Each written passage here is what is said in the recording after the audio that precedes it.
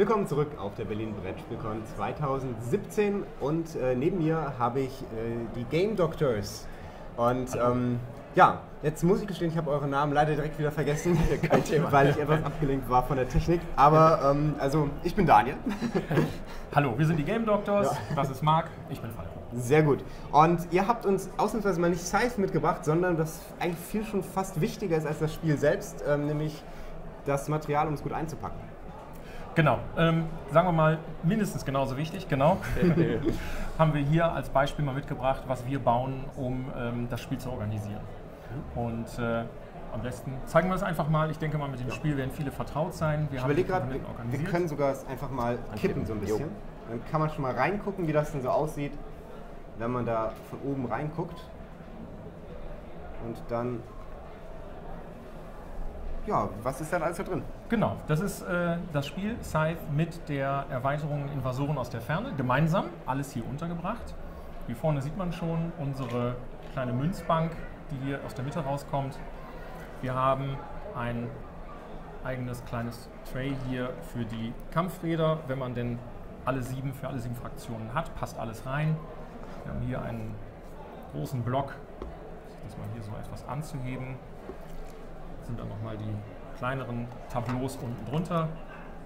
Und ich sehe auch, die kleineren Tableaus haben dann noch so eine Abtrennung, damit die wirklich genau reinpassen und nicht hin und her Genau, nichts rutscht da hin und her, das ist ganz wichtig. Wir haben hier an der Seite, jetzt kommt schon das untere zum Vorschein, noch die Ressourcen. Die sind hier so ein bisschen mit einem Deckel geschützt, damit dann, wenn alles zugepackt ist, auch nichts in der Kiste herumfliegen kann. Und dann sehen wir eigentlich schon alle 7 Fraktionen hier gemeinsam. Jeder Spieler kann sich seine Lieblingsfarbe einfach rausnehmen, kann das zu sich hinstellen. Stellen wir eins hier vorne hin. Und dann haben wir natürlich noch hier hinten so als Streifen die Karten. Da ist die Besonderheit, dass es ja ein paar Karten bei dem Spiel gibt, die man auch aufs Spielbrett packen soll. Da haben wir so leicht angeschrägt, damit auch nichts rausfällt, Kartenspender gebaut, die dann quasi genau auf die Felder passen. Also man sieht jetzt hier sozusagen, es ist leicht schräg, das heißt, also auch wenn es hier drauf steht, fallen die Karten hier nicht nach rechts raus, sondern nur wenn ich es aus Versehen anfange zu kippen. Es sei denn, man kippt es, genau. Genau. Der Rest ist fest eingebaut, weil man das im Grunde nur am Anfang beim Spielaufbau einmal braucht. Und natürlich ganz wichtig, nochmal ganz klein hier, die Tokens für die Begegnung. Das ist so unsere Gesamtlösung, ein bisschen unser Flaggschiff im Moment. Ist ja auch ein sehr aktuelles Spiel. Und wenn man alles zusammenpackt, ist es geradezu. Es fliegt nichts rum, man kann es schütteln, alles ist sicher untergebracht. Und du hast jetzt gesagt, das hier ist fest drin, das heißt also, wenn man das bei euch kauft, wie kauft man das dann? Was bekommt man dann?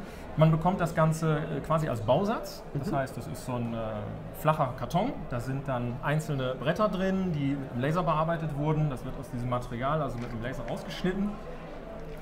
Und da ist eine detaillierte Anleitung dabei, wie man das baut, man hat also eine kleine Bastelaufgabe. Man braucht ein bisschen Holzleim dafür. Ich sehe schon die IKEA-Anleitung dazu. Ja, ganz genau. Das ist unser großes Vorbild. Gerade mal ins Bild für die Einfachheit. Genau. Ist also, wir haben so ein Buchstabennummerierungssystem. Das heißt, jedes Tray, was zusammengehört, hat dann entsprechend einen Buchstaben. Ne? Das wäre jetzt zum Beispiel A, dann sind da alle Brettchen, die dazugehören, ist A schon mal. Wenn ich die sortiere, kann ich mir die entsprechend zusammenlegen. Und dann baue ich die der Reihenfolge nach auf. Also A1, A2, A3. Ne, und dann hat jedes Brett eine Bezeichnung und genau an der Stelle, wo die halt zusammenpassen, steht dann halt A1 einmal auf der Wand und A1 auf dem Boden. Und insofern kann ich die dann wunderbar zusammenfügen. No, und ich arbeite mich sozusagen durch in der Anleitung. Da haben wir dann vorgesehen, immer wenn es geklebt werden muss, kleines Tröpfchen. Dann kann man da ein bisschen Holzleim dran machen und dann klebt man das entsprechend zusammen.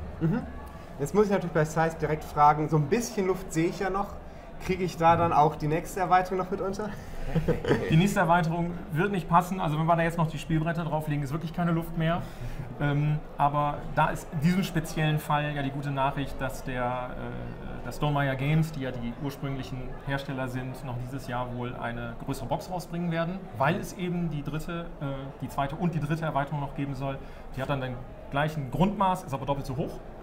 Und die kann man sich als Sammler dann kaufen und dann kann man das auch weiter benutzen, wenn das jemand von uns erwirbt und wir bauen dann quasi, wenn das soweit ist, nochmal eine Etage für unten drunter oder oben drüber, müssen wir gucken, was besser passt, dass man den Rest dann eben auch in den Karton reinbekommen kann.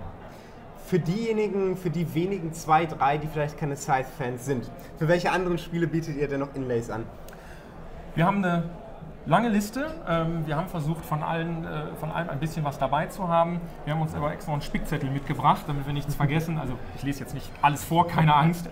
Aber wir haben Sachen für Caverna dabei, wir haben Sachen für Descent, zweite Edition, inklusive Erweiterungen dabei. Wir haben Legenden von Andor dabei, Maus und Mystik. Für Robinson Crusoe, Terra Mystica sehe ich hier, Winter der Toten. Habe ich Agricola schon gesagt, Seven Wonders und noch einiges mehr. Also insgesamt auch mit verschiedenen Zusatzprodukten, dass man mal Trennwände dazu kauft oder vielleicht bestimmte Markerboxen dazu kauft. Alles in allem sind das über 50 Produkte, die wir im Moment haben. Und was kostet dann so ein Satz? Der Preis bewegt sich natürlich sehr unterschiedlich nach Größe und Komplexität. Das hier ist jetzt wie gesagt eins unserer größeren, das liegt bei 45 Euro. Kleinere Sachen fangen aber auch schon bei 10 Euro an, alles irgendwo dazwischen. Ja, und jetzt ist die Brettspielwelt ja immer im Wandel. Es werden neue Spiele fast täglich released. Was sind denn die nächsten Sachen, an denen ihr gerade arbeitet? Jetzt im Moment arbeiten wir erstmal daran, unsere Kickstarter-Kampagne an den Start zu kriegen. Das soll in 2 Monaten soweit sein. Dafür steht quasi die Liste schon fest. Das heißt, wir konzentrieren uns jetzt sehr darauf, das online zu bekommen und bauen jetzt erstmal noch keine neuen Sachen im Augenblick. Aber es gibt schon eine Wunschliste natürlich von Dingen. Wir sind heute hier am Stand am häufigsten auf Terraforming Mars angesprochen worden.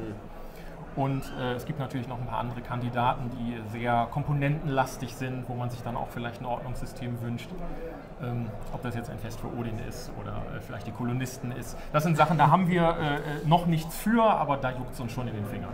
Ja, ich meine, gerade wenn man dann auch nicht nur das Material irgendwie unterbringen muss, sondern auch das Gewicht irgendwie verteilen, wie ich es mir bei den Kolonisten vorstellen würde, sind das hier nochmal zusätzliche Herausforderungen. Aus was für Material ist eigentlich das gemacht? Das sieht so ein bisschen Holz aus? Genau, es ist ein Holzverbundstoff, das MDF. Das Schicke ist, das ist von der Haptik her schön glatt, ne? Also keine Splitter im Gegensatz zu Sperrholz. Wir haben, das wird mit dem Laser halt schön glatt geschnitten, das ist von der Dichte her, ist es hochdicht, formtreu, also wenn man selbst ein langes Teil, A4, großes Stück, oder wenn man jetzt ganz lange Bretter hat, ne, die sind immer schön gerade. Da braucht man auch, wenn man die Sachen anklebt zum Beispiel, dann nicht noch zusätzliche Druckpunkte geben, damit der Holzleim dann schön haftet, sondern das ist halt eben der Vorteil bei dem Material, dass es halt eben entsprechend immer so auch bleibt, selbst bei den langen Elementen. Ist als Faser gepresst, ne? Ist das so mit Holzfasern eben Leim verklebt. Das ist halt das Schöne. Es riecht auch so ein bisschen dran schnüffelt, hat so ein bisschen was von Tabak. Ja, Tabak. So ein bisschen von Asche, so was man das wird ja vaporisiert, das Material durch den Laserschnitt. Und ja, genau. Gut. Haben wir dazu Fragen aus dem Chat? Ja, eine Frage aus dem Publikum. Ich habe eine Frage zu den Karten. Ein eigenes Sleeve mit Zustand passen die auch noch? Genau, die Frage also, wie sieht es mit Sleeves aus? Wurden die berücksichtigt? Ja. Immer und grundsätzlich. Ganz klares Ja. Also wir das ist ja klar, es ist eine Veredelung eines Spiels. In dem Sinne, wir gucken immer, dass Premium-Sleeves auch passen. Also die 125% Stärke. Wir testen Mayday und Fantasy Flight. Dass man halt wirklich da einen Standard, so unser Standard, den wir immer gucken, dass man den reinnehmen kann. Oder wenn es natürlich Sonderkartengrößen gibt, dass wir die dann entsprechend für das Spiel besorgen und dann schauen, dass es immer passt. Ist einer von unseren Designgrundsätzen. Weil wenn jemand Geld für einen Inserter ausgibt, dann möchte er auch seine Komponenten schonen und genau, dann müssen auch Sleeves passen. Sehr gut. Seid ihr auf das Spiel? Seid ihr auf das Spiel? Leider nein. Das war unser Plan Anfang des Jahres. Wir wären gerne dieses Jahr mit einem Angebot nach Essen gegangen. Aber wir mussten uns an einem bestimmten Punkt entscheiden, machen wir jetzt dieses Jahr, schaffen wir das mit Kickstarter oder konzentrieren wir uns auf Essen, und da mussten wir einfach leider einen Cut ziehen. Wir sind leider nicht in Essen dieses Jahr dabei. Hoffentlich nächstes.